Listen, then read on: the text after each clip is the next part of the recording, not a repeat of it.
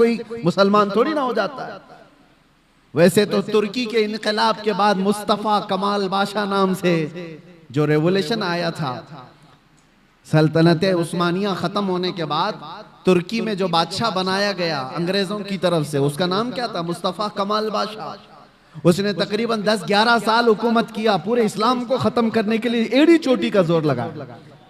कुरान पे पाबंदी, अजान पे पाबंदी, हिजाब पे पाबंदी, अरबी जुबान पे पाबंदी। 11 साल की हुकूमत में नाम क्या था? मुस्तफा कमाल।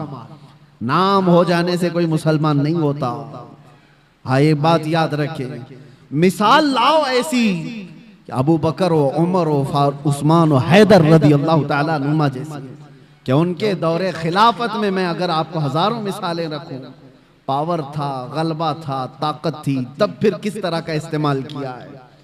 आज दुनिया को देखो, निहत्तों पर जो जुल्म किया जाता है, बराबर का मुकाबला हो तो समझ में आए कि दो पहलवान मैदान में लड़ रहे हैं। फिलिस्तीन और इजराइल के मामलात को पूरी दुनिया जानती है। एक तरफ कंकर और पत्थर लेकर लड़ने वाले बच्चे और एक तरफ पेट्रोट मिसाइल पूरी दुनिया को सप्लाई करने वाली हाई टेक्नोलॉजी पावर वाली ताकत। कोई मुकाबला है? कोई मुकाबला नहीं, लेकिन दुनिया देख रही है। और हकीकत में बताऊं, हक और बातिल के मामलात जब भी टकराए ना, बराबरी कभी हुई नहीं, बराबरी हुई नहीं।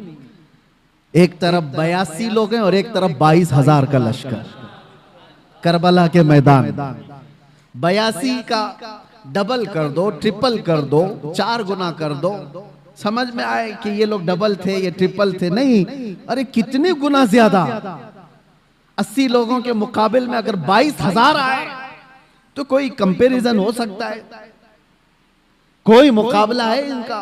लेकिन हक और बातिल की लड़ाई हमेशा ऐसी रही। और दूसरी एक मिसाल आपको बताऊं, सलाहुद्दीन अय्यूबी की।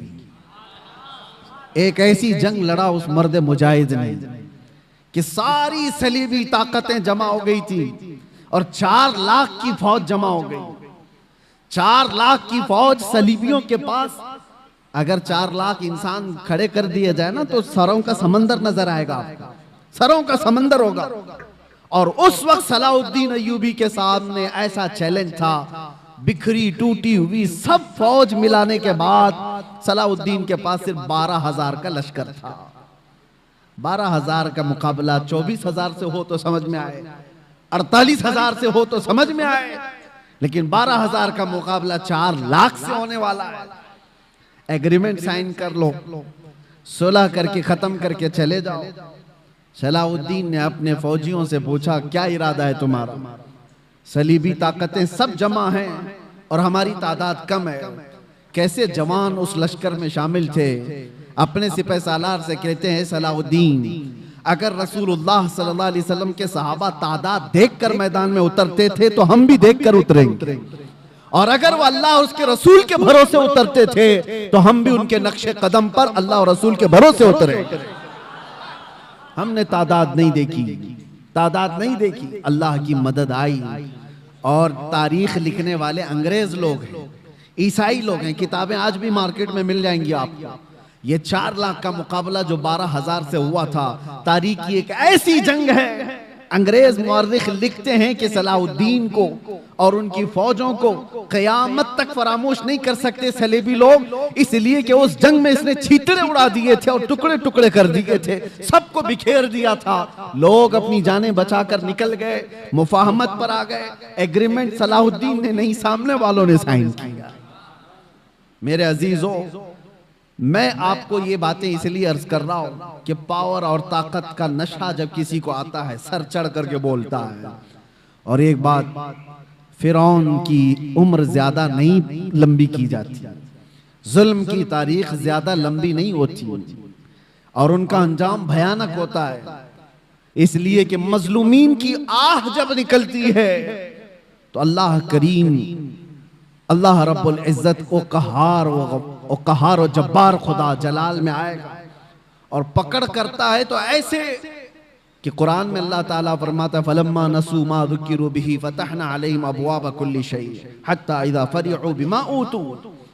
जब ये लोग भूल जाएं अल्लाह को, तो अल्लाह फरमाता है मैं उनको खुशियों के सारे दरवाजे खोल देता हूं, खूब खुश हो जाओ।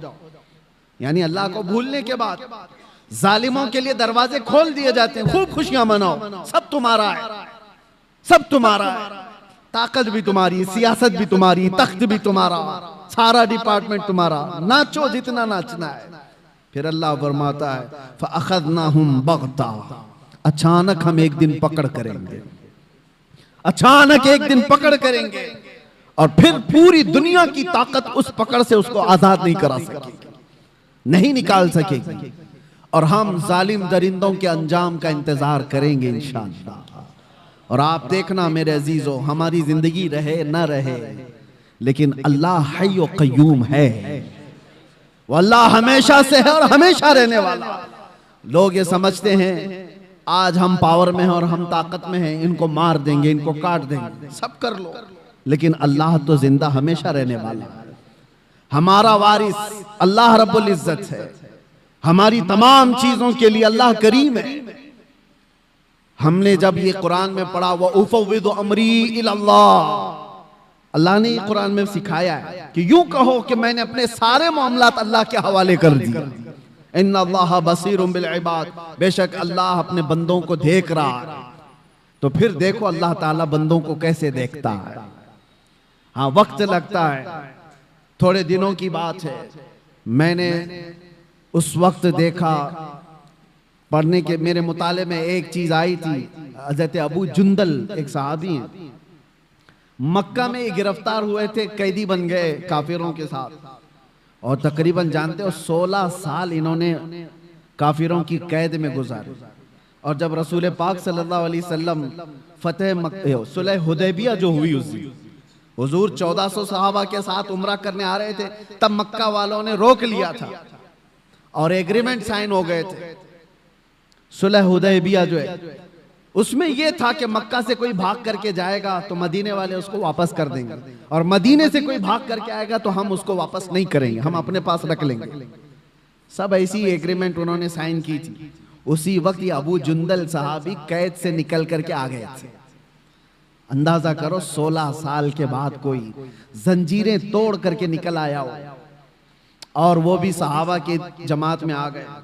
सहाबा ने सीने से सीना लगाया, वो फूट फूट करके अपने जख्म बता रहे थे। लेकिन कुफ्फार को जैसे ही पता चला हमारा एक कैदी भाग गया है, तो उन्होंने कहा कि अभी अभी हमारा एग्रीमेंट हुआ है कि जो मक्का से भाग कर जाएगा उसको मदीने वाले वापस करेंगे, अबू जुंदल को हमारे पास वापस करो। सहाबा सब खड़े हो गए कि इस मजलूम को हम वापस कैसे करेंगे, जंग कर लेंगे। सबकी नजरें हुजूर पाक की तरफ थी कि हुजूर क्या फैसला फरमाए। अबू जुंदल अपने जख्म दिखा दिखा करके सहाबा से कह रहे थे इनके पास वापस भेजोगे मुझे बहुत मारेंगे। तो मक्का के कुफ्फार और मुशरिकीन को हुजूर ने कहा कि अब वो आ गया, छोड़ दो, अभी तो हमारी एग्रीमेंट साइन नहीं हुई। तो उन्होंने एग्रीमेंट को खत्म कर दिया और कहा कि अगर ये हमको वापस नहीं किया जाएगा तो हम एग्रीमेंट भी नहीं करेंगे। जब जिद पर अड़ गए, हुजूर पाक ने अबू जुंदल की तरफ देखा और कहा अबू जुंदल मक्का वापस चले जाओ, रहमतुल लिल आलमीन है। सारे सहाबा देख रहे। बसा औकात ऐसे हुक्म आएंगे मेरे अजीजों जिंदगी, लोग ये समझते हैं ये तो हमारी तकलीफ पर और तकलीफ आ रही है। वो रहमतुल लिल आलमीन है और 16 साल का कैदी बाहर आया है और हुजूर उसको कहते वापस चले जाओ। दुनिया की नजर तो ये देख रही है कि रहमतुल लिल आलमीन है, वापस इसको कैद में भेज रहे हैं। सारे सहाबा से कहते लड़ लो, इसको वापस निकाल लो। लेकिन तुम नहीं जानते जो रसूलुल्लाह की नजर देख रही है। ये इम्तिहान है हमारा। मुसीबत के बाद हम आस लगाए हैं अल्लाह उसके रसूल की जात से, तो हो सकता है 2-4 मुसीबतें फिर आ जाएं। तुम ये कहोगे कि मैंने तो एक मुसीबत से छुटकारे की दुआ की थी, 4 और आ गई। कहीं ऐसा तो नहीं कि तुम्हारा ईमान बिखर जाएगा और तुम छोड़ दोगे। मैंने देखा है कैद के दिनों में कितने ऐसे हैं जो काफिर हो जाते हैं, यही कहते हुए कोई अल्लाह नहीं है, हम तो कितने दिनों से दुआ कर रहे हैं, हम पर तो और केस ही केस होते जा रहे हैं। माज़ अल्लाह रब्बिल आलमीन, ये कड़ा इम्तिहान है मेरे अजीजों। हुजूर ने वापस कर दिया।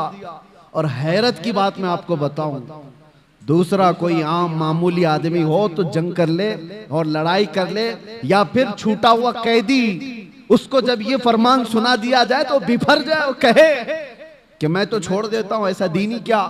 अबू जुंदल की तरफ सहाबा ने देखा, सर झुकाए मक्का की तरफ वापस जा रहे हैं। फरमाने मुस्तफा है, मेरे नबी का फरमान है। ईमान हो तो ये 16 साल कैद में रह करके छूट करके आए थे, जख्म दिखा दिखा कर रो रहे थे। उसके बाद रसूलुल्लाह ने फरमाया जाओ वापस। चू चिरा तक नहीं कहा, ये पूछा भी नहीं या रसूलुल्लाह वापस उस जुल्म की चक्की में पिसने जाऊं, नहीं पूछा, सर झुकाया और चल पड़ा। यही तो ईमान है मेरे, यही ईमान है। मैं जो बात अर्ज कर रहा हूं वो ये कि रसूल मुहतरम सल्लल्लाहु ताला अलैहि वसल्लम की जिंदगी पाक से मैं आपको बताऊं, पावर जब हो, गलबा जब हो, उस वक्त कैसे लोगों के साथ मामलात किए गए।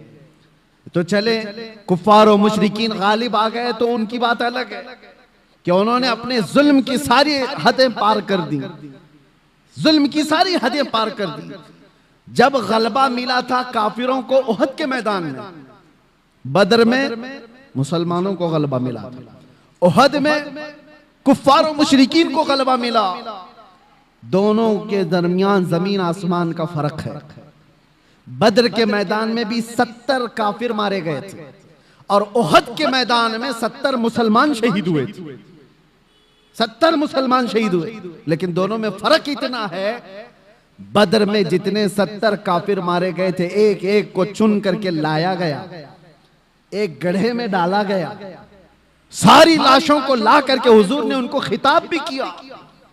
शाम के वक्त हदीस पाक में हुजूर उनसे बात कर रहे थे, बताओ ऐ मरने वालों, क्या तुमको वो चीज मिल गई जो तुम्हारे खुदाओं ने तुमको वादा किया है, या तुम अपने खुदाओं से जो यानी उम्मीद रखते थे। सहाबा तो ये पूछ रहे थे या रसूल अल्लाह आप इनको खिताब कर रहे हैं, ये तो मरे हुए। हुजूर फरमाते हैं या जिंदों से ज्यादा सुनते हैं। ये मामला है बदर के मैदान का, पावर था, गलबा था, और उधर उहद के मैदान में पावर और गलबा कुफ्फार को था। क्या किया इन्होंने? 70 मुसलमानों को जो शहीद किया, अमीर हमजा का सीना चाक करके कलेजा निकाल के चबाया था। इंसानों में ये हरकत हो सकती है? कोई इंसान ये कर सकता है? जानवर खाते होंगे जानवरों को, इंसान नहीं। पावर जब मिला तो सीना चाक करके कलेजा निकाल करके चबाया। दूसरे क्या किया? साद इब्ने रबी, उनके पेट को फाड़ दिया और आंतड़ियां बाहर निकाली, गले में डाल लिए गए। क्या ये इंसान कर सकता है? तीसरी मिसाल हजरत अनस बिन नुज़ैर, ये वो सहाबी हैं, उनकी बहन कहती हैं सिवाय उनकी शहादत की उंगली के उनका जिस्म मिला ही नहीं, कुचल दिया गया था, पूरा रौन दिया गया था, पूरे जिस्म को रौन दिया गया। एक उंगली से पहचान में आए कि अनस बिन नुज़ैर की लाश। लाशों के साथ ये किया। जब पावर आया तो, ताकत आई तो ये किया। चौथी मिसाल, ये तो एक दो नहीं है, कई मिसालें। अब्दुल्ला बिन जहश एक सहाबी, उनके जिस्म के 80 टुकड़े किए गए और हर टुकड़े को रस्सी में पिरोकर हार बनाया गया। ये पावर जब आए तो कुफार ये करते हैं, और रसूलुल्लाह सल्लल्लाहु ताला अलैहि वसल्लम के हाथ में जब पावर आया, अब मैं आपको बताऊं, यह उहद का मैदान था जहां जंगली जानवरों से ज्यादा जुल्म कुफार और मुशरिकीन ने किया सहाबा के साथ। 70 सहाबा जो शहीद हुए हैं, सबकी लाशों के साथ इन्होंने बहुत बुरा सलूक किया है, बहुत बुरा सलूक किया है। जंगी कानून भूल जाते हैं लोग जब पावर में आते हैं, ताकत में आते हैं। और यही पावर जब रसूलुल्लाह के हाथ में आया, 10,000 का लश्कर लेकर मेरे आका 20 रमजान को मक्का में दाखिल हो रहे हैं। उस वक्त जंग करने जैसी नौबत भी नहीं थी। कुफारे मक्का सब भागे भागे फिर रहे थे, मुकाबला करने की ताकत नहीं थी, खानदान बिखरे हुए थे, हुजूर के सामने खड़े होने की हिम्मत नहीं थी, सब छुप रहे थे। और नबी पाक सल्लल्लाहु ताला अलैहि वसल्लम के सहाबा शाहाना अंदाज में हरम काबा में दाखिल हो रहे थे। लब्बैक की सदाएं गूंज रही थी, हरम काबा की सरजमीन चूमी जा रही थी और अल्लाहु अकबर की सदाओं से मक्का गूंज रहा था। उस वक्त जानते हो 10,000 का लश्कर जब मक्का में आया हो हैबत ऐसी तारी थी सबके दिलों पर कि लोग दीवारों से चिपके हुए खड़े थे, कोई दरवाजों के अंदर बंद खड़े थे। लेकिन मेरे आका सल्लल्लाहु अलैहि वसल्लम जब हरम काबा में आए, अजान दी गई और फिर मक्का वालों को बुलाया गया। कहाँ हैं सारे लोग? हैरत होती, आपको तारीख उठा करके देखो, हैरत होगी। जिसने हुजूर पाक सल्लल्लाहु अलैहि वसल्लम के मुकाबिल में एक दो नहीं कितनी जंगें लड़ी। जंगे बदर में मुकाबले में अबू सुफियान है, जंगे ओहद में मुकाबले में अबू सुफियान है, जंगे खंदक में मुकाबले में अबू सुफियान है। हुजूर के मुकाबले में अबू सुफियान इतनी जंगे हुजूर के मुकाबले में लड़ते रहे। और हुजूर उस दिन ऐलान करते हैं, मक्का के फतेह मक्का के दिन जब पावर हाथ में है, मेरे आका फरमाते हैं जो भी मक्का में इधर उधर छुप करके भाग रहे हैं उनको डरने की जरूरत नहीं। जो मेरे दादा अब्दुल मुत्तलिब के घर में आ गए वो पनाह में है, जो अबू सुफियान के घर में आ गए वो पनाह में है। दुश्मन के घर में अबू सुफियान को ये मकाम दे रहे हैं। हुजूर फरमाते जो अबू सुफियान के घर में आ गए वो पनाह में है, जो खाने काबा के इर्द गिर्द आ गया वो पनाह में है, उससे जंग नहीं की जाएगी। और जो तलवार उठाया हुजूर से मुकाबला करना चाहा वो कैदी बना करके लाए गए, पकड़ करके लाए गए। फतेह मक्का का दिन है। सहाबा तो सहाबा है जो बरसों से जंगों की जिंदगी देख रहे हैं हुजूर के साथ। मेरे अजीजों, उनकी कुर्बानियां कम नहीं है। हजरत अबू हुरैरा से पूछो, हदीसें बताती हैं ऐसी ऐसी जंगों में सहाबा गए, कहते हैं कि पैरों पर कपड़े बांधने पड़ते थे, सारे नाखून उखड़ गए थे। ऐसी जंगें वो लड़ करके आए बगैर चप्पल पहने। मेरे आका सल्लल्लाहु अलैहि वसल्लम से कभी उन्होंने ये सवाल नहीं किया था कितना लंबा आप लेकर के जाएंगे। एक जंग से लौट रहे हैं, जिब्राइल अमीन आए, हुजूर से कहा या रसूल अल्लाह, अल्लाह का हुक्म है यहीं से दूसरी जंग में जाना है। सहाबा 1 महीने की जंग के बाद लौट रहे थे, जख्मी थे, नसें कटी हुई थी। हुजूर ने जिब्राइल से कहा मेरे सहाबा से पूछ लूं, ये मदीने से 5 किलोमीटर ही बाकी था घर, वापस रास्ता 5 किलोमीटर का, 1 महीने की जंग के बाद वापस आ रहे। हुजूर ने सहाबा से पूछा, जिब्राइल आए अल्लाह का हुक्म लेकर, यहां से दूसरी जंग में जाना है, तुम्हारा क्या मशवरा है? सहाबा में से किसी ने एक ने ये नहीं कहा मरहम पट्टी कर लें, बीवी बच्चों से बात कर लें, घर के हाल चाल देख कर के आए। नहीं, सारे सहाबा एक जबान होकर कहते हैं या रसूल अल्लाह, देर किस बात की, देर किस बात की, चले यहीं से चलते हैं। ये वो सहाबा है, ये वो सहाबा है। जंगों ने उनको चूर चूर किया था। तो फतेह मक्का के दिन लाजमी बात है मेरे अजीजों, पावर हाथ में था, गलबा हाथ में था, ताकत हाथ में थी। जितने आज तक लड़ते थे वो सब कैदी बन करके हाथ सामने खड़े थे।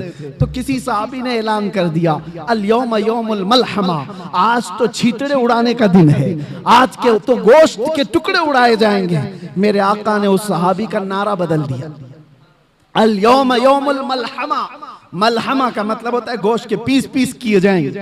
हुजूर ने उनकी जुबान को बदल दिया और कहा ना ला, अल यौम यौमुर रहमा, आज का दिन तो रहमत का दिन है,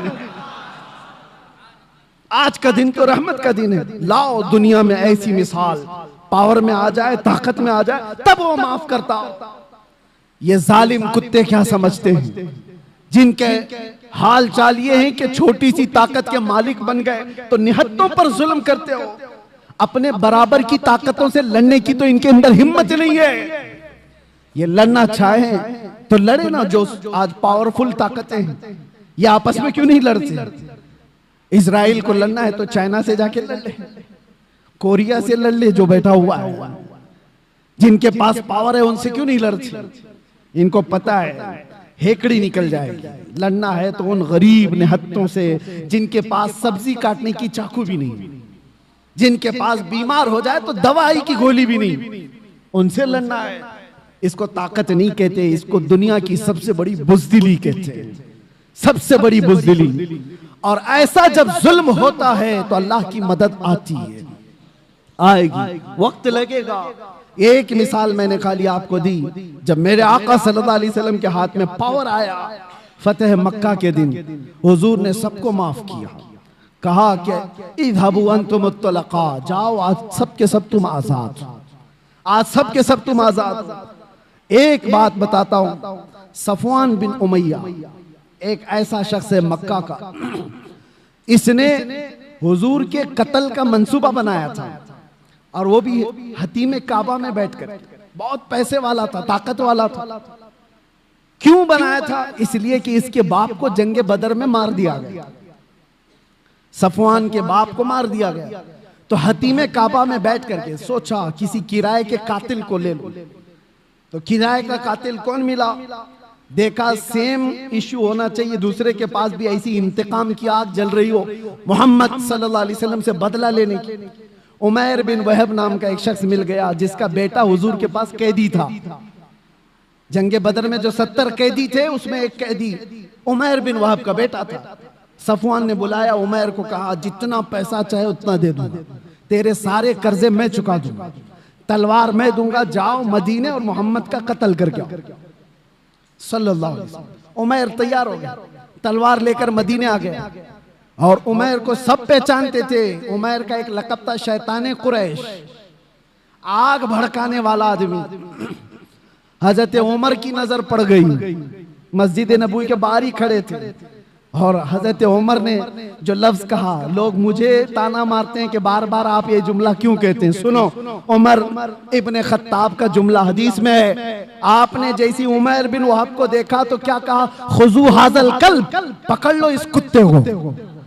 ये मेरा जुमला नहीं है, उमर इब्ने खत्ताब का।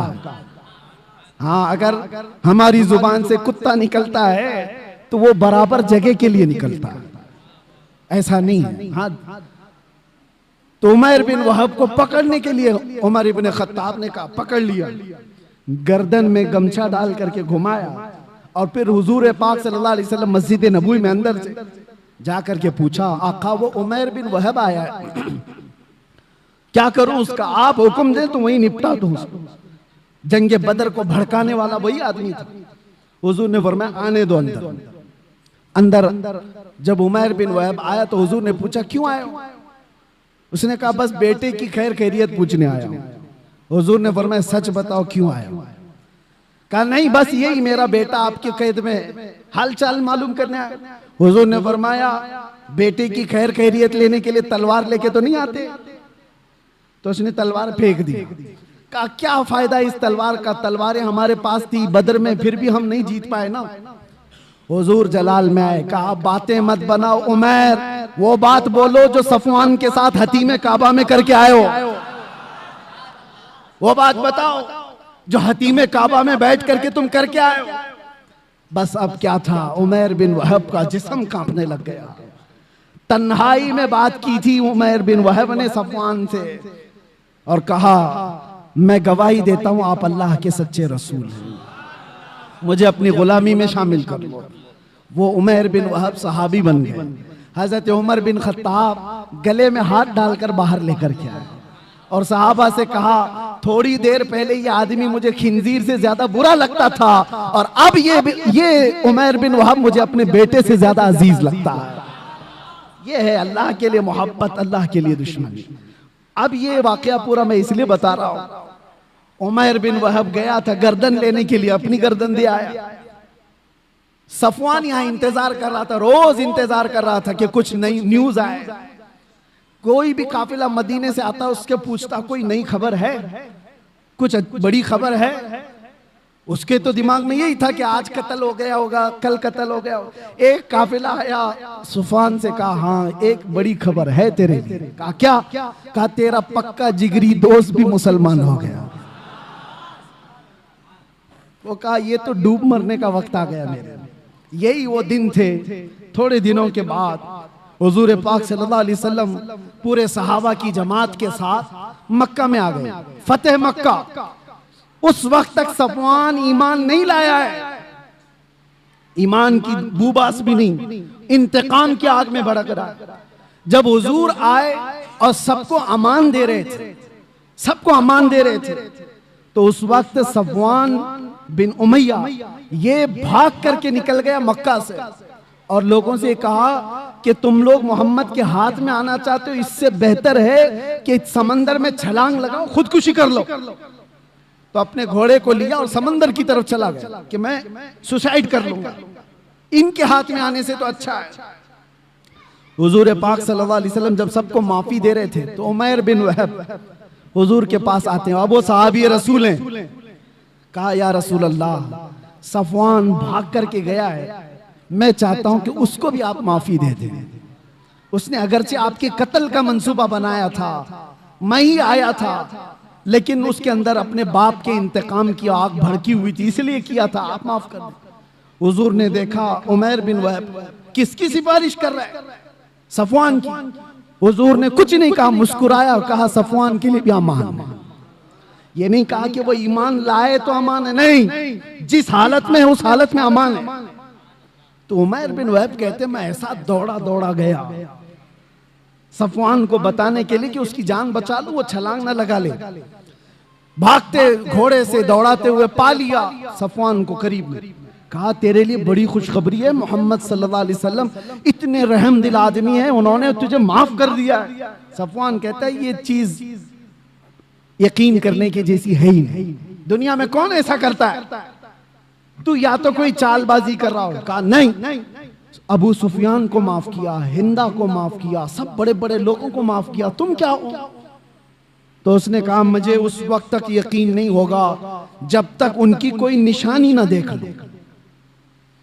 ये देखें, एक आदमी जो पकड़ा गया एक कैदी है और वो अपनी बख्शिश के लिए निशानी पूछ रहा है। अरे डूबते को तिनके का सहारा होना चाहिए, अगर फरमान भी सुन ले तो आ जाना चाहिए, लेकिन वहां नहीं। वो कहता है मैं उस वक्त तक यकीन नहीं करूंगा जब तक निशानी ना।